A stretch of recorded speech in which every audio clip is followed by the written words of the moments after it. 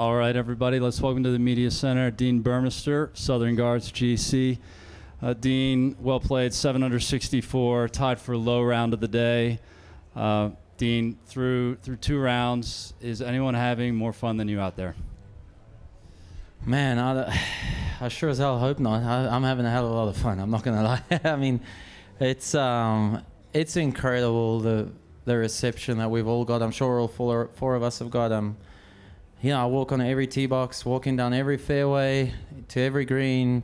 They're all shouting my name. They're all shouting something I can laugh at and just have a good time. It's hard not to smile out there. I'm not gonna lie. Entering the week, obviously, a lot on your plate, a lot on the team's plate as the host team. But now 2 rounds in with 2 to go, if you had said that this is where you'd be, not only as a team but individually heading into the weekend, how would you feel?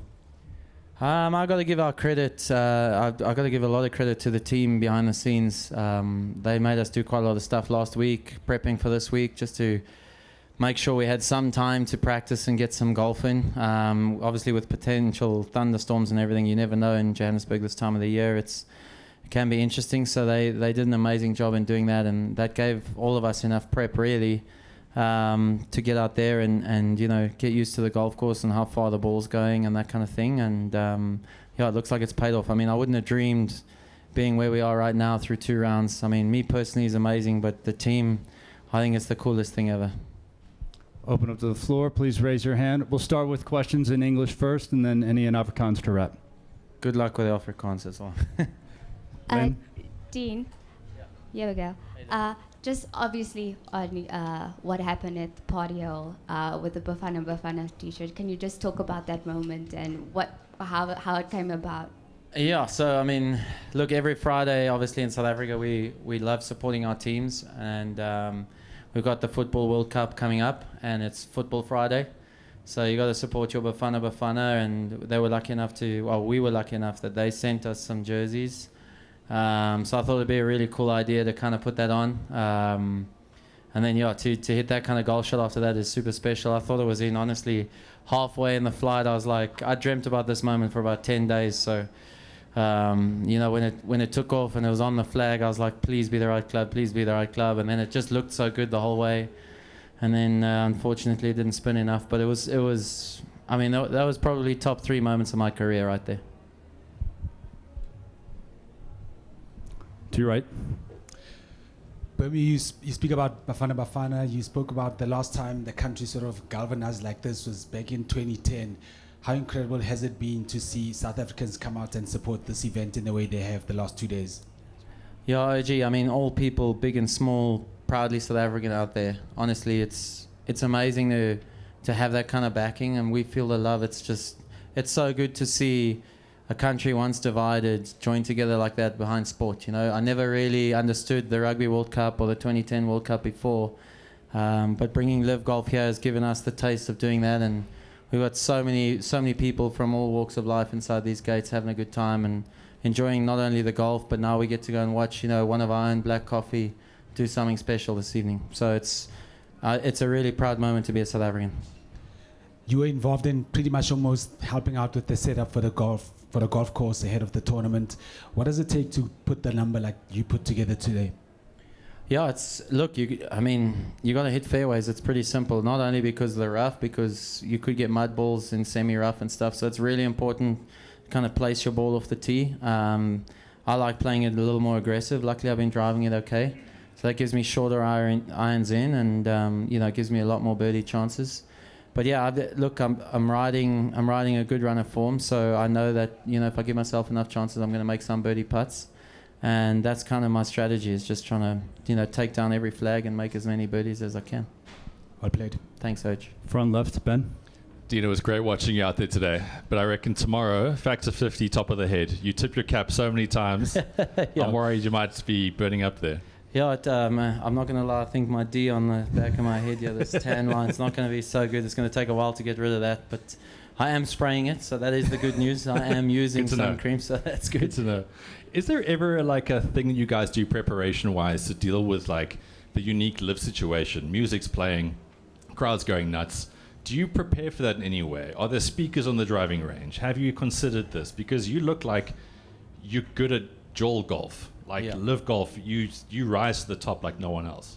I've been practicing with earphones in my ears since I was like 17 years old, 18 years old. So I've always had music in and around me. And then when all four of us at one stage lived in Jupiter, Florida, and what you do there, you literally have a speaker in your golf cart and you're pumping the music the whole way around. Doesn't matter where you're playing, the music's on, how private the golf course that happens. So we were all very comfortable when the music was around us. And now, you know, we get to add this kind of vibe and this craziness on top of, I mean, I don't even know what songs are playing. I'm not going to be totally honest with you. I have no idea what music is. I didn't even know what song my party hole song was today. I kind of tried to listen, but I couldn't even hear it. That's how crazy it is. So it's an amazing vibe and atmosphere, and you know, I just want to do everybody proud. To your right. Yeah, Burmy, now just to go back to the party hole and you wearing the Bafana jersey and, you know, just relating football back to golf, do you think had that ball gone in for the hole-in-one, it would have been your Simpiwe Shabalala moment? I sure as hell hope so. You know, I wouldn't have done the same celebration he did. He made it look pretty classy. I think I would have taken all my clothing off and run down the hole. I would have done something a little crazier. So, you know, being what did Andre Pollard say the other day? We're going to make it more physical. I figured I'd try and do that. So, yeah. That would have been pretty cool. But that, to me, that's as good a moment for me. Mike? Dean, I'm just curious, right here, why 22? So 22, 2 when I was growing up was my favorite number, and then I met my wife, and then 2 became her favorite number, and then 22 became my favorite number because we're 2-2. So we got married on the 22nd of the 11th month, and everything is kind of divisible by 2. When I played cricket, I always used to bowl 2. I bowled second. It was just I always had 2 on my jersey, and then it became 22 when it became more than one person. So it's it's a pretty cool sentimental thing.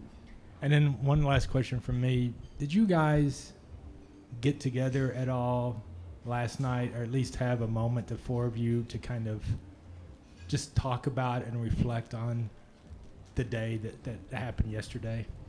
Yeah, so all 4 of us were in Rhino Ridge at a point there just before we went for physio and kind of our relax time. And yeah, we managed to all 4.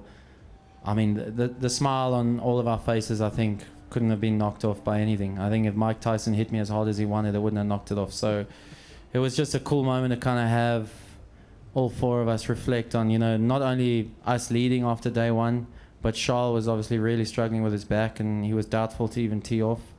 And then for him to go and put in a round like that at 5 under and help the team like that is, I mean, that takes real guts and something special. And then, you know, feeling the goosebumps not only there, but in and amongst our friends and family in the Rhino Ridge is a special thing.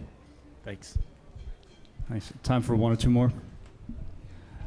Burmy, how's it? A million well dones like everybody else. Ben spoke about restrictions and I guess like training under pressure, listening to music. You made that shot on 17 with basically 3 shirts on. And I don't want to say anything about your physique, but it's, you know, we don't have washboard abs on stage right now. So Yeah, how did we... my men's health cover. How did we make a swing with 3 shirts on? And are we planning to tighten up the fit going on through the week? I'll tell you what, you ever play golf in October in Scotland in the Alfred Daniel Links Championship? I think you wear more than 3 layers there, big guy. I mean, you've got to learn how to just dink it around. But yeah, I won't lie, that shirt's a little tight on me. And then one last one. Yesterday, Charles spoke about a magnesium bath. And by the way he made it sound, it sounds like there's only one. So how would you react if you walked in and Charles and Louis were sharing the same magnesium bath? I'd jump straight in. I It's thought pretty so. easy, yeah. Yeah. I mean, sharing is caring, isn't it? Fantastic. Thank you, mate. I appreciate it. No problem. Nice. Oh, Brady Grace. Go ahead. Burmy, just one more English from me. Obviously, you guys would have discussed your performance and collective performance, but after 2 days, you guys are right up there. And just how much does that fill you with pride, knowing that you've been able to execute what you guys would have spoken about, giving this crowd that have been here for the past 2 days so much to cheer about? I think there's always the emphasis on performance because, you know, not only bringing the event here it's one thing. We know that the crowd is backed us. They've bought so many tickets. Obviously, they want to see amazing golfers like Bryson and John Rahm and Sergio and Phil and everybody. But we want them to be 120% behind us. We want to be the all South African team that they know and love, and we want to put like our name in the hat with the great sports teams that we've been able to produce over the years. So, you know, doing what we've done over the last 2 days proves that we can do it, and it proves that we are definitely a force to be reckoned with. So it's special. Now, for that all-important Afrikaans questions, net miskien 'n opsomming oor jou emosies en die spansin na hierdie 2 dae van spel. Baie opgewonde vir die volgende 2 dae wat kom. Dis baie spesiaal obviously om deel te wees van hierdie span. Gister het ek vir Louis gesê baie dankie dat jy my gebel het, want hierdie is 'n droom. En dis hoe ek voel. Dit is regtig, dis special om dit te deel met 3 ander manne waarvan ek so baie hou en ons is beste pelle. So ja, ek sien uit vir die volgende 2 dae. Ek weet die ouens gaan wys, hulle gaan bietjie grit wys en hulle heels bietjie dig en true Suid-Afrikaanse DNA wys. That's about as good as I got. That wasn't bad, eh? Dean, thanks very much for the time. Good luck tomorrow.